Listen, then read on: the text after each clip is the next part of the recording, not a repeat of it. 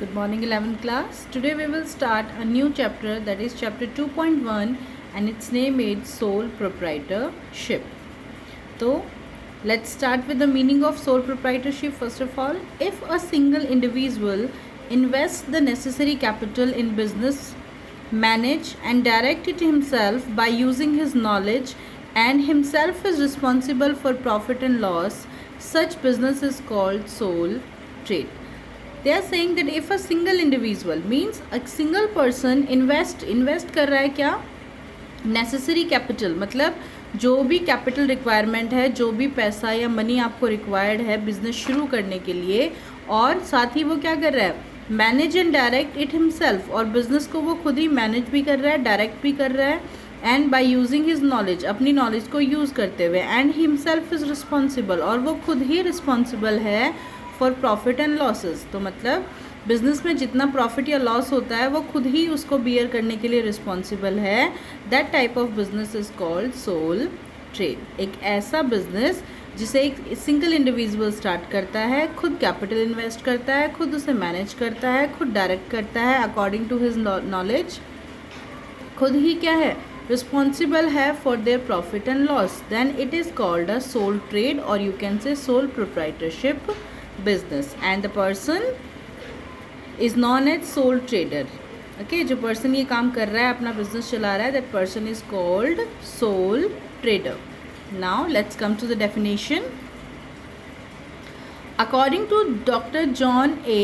Shubin, under the sole proprietorship form of organization, a single individual organizes, has title to and operate the business in his own name. ये कह रहे हैं कि sole proprietorship form of organisation जो होती है उसमें एक सिंगल इंडिविजुअल जो है वो ऑर्गेनाइज करता है, उसके ही जो है वो पूरा टाइटल होता है, मतलब बिजनेस का जो टाइटल होता है वो उसके अकॉर्डिंग होता है, एंड ही ऑपरेट, और वो बिजनेस को ऑपरेट करता है इन हिज ओन नेम, अपने खुद के नाम से।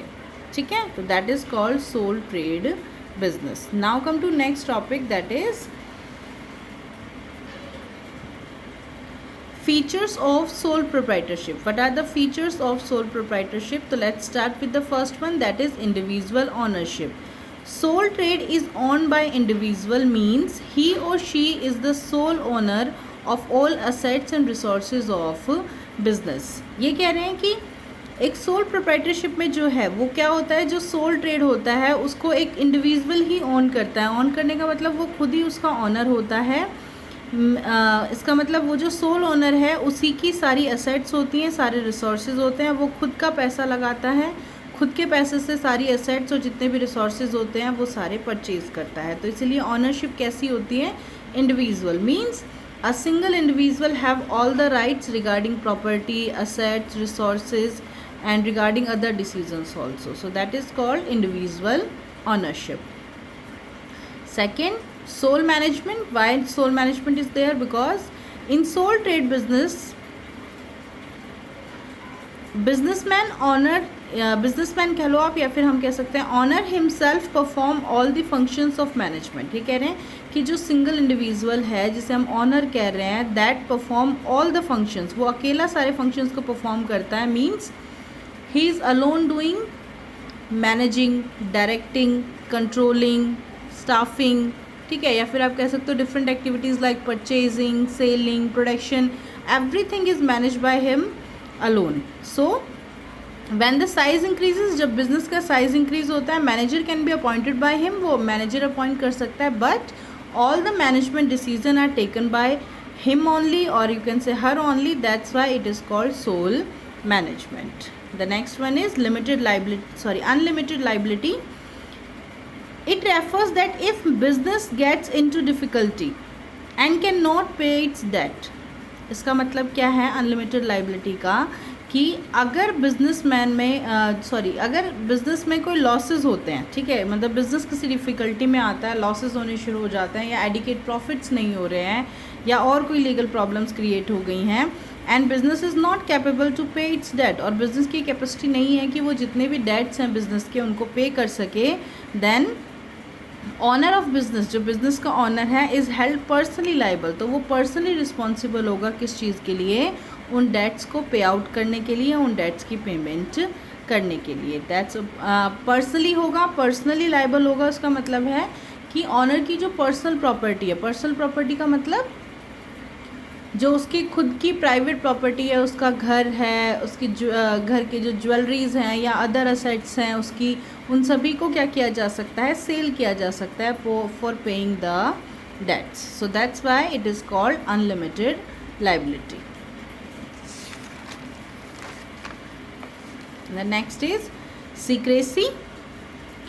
One of the most special feature in sole trade is secrecy. ये कह रहे हैं कि सोल ट्रेड की जो सबसे स्पेशल अगर हम कहते हैं बिजनेस की कोई फीचर है तो वो क्या है, much more secrecy in comparison to any other business organisation. ये कह रहे हैं कि अगर आप किसी और फॉर्म की बात करेंगे तो उनमें इतनी सीक्रेसी नहीं होती जितनी किस में होती है, सोल ट्रेड में, in comparison to other business, because all secrets,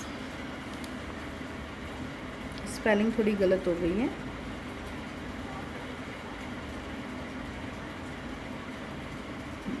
because all secrets confined to the owner only, कि जितने भी सीक्रेट्स हैं वो सारे के सारे किसके पास कन्फाइंड होते हैं, confined to owner only. Means कि जितने भी सीक्रेट्स हैं बिजनेस में, जितनी भी प्रॉब्लम्स हैं बिजनेस की, या फिर जितने भी वो प्लानिंग कर रहा है या स्ट्रेटजीज़ बना रहा है, that all are concern to him only. वो बाकी किसी के साथ उन चीज़ों को डिस्कस नहीं करता और इसीलिए वो जो है कभी भी सीक्रेट्स जो है वो लीक नहीं होते। तो सबसे ज़्यादा सीक्रेसी आपको कहाँ मिलेगी, सोल ट्रेडर बिजनेस में।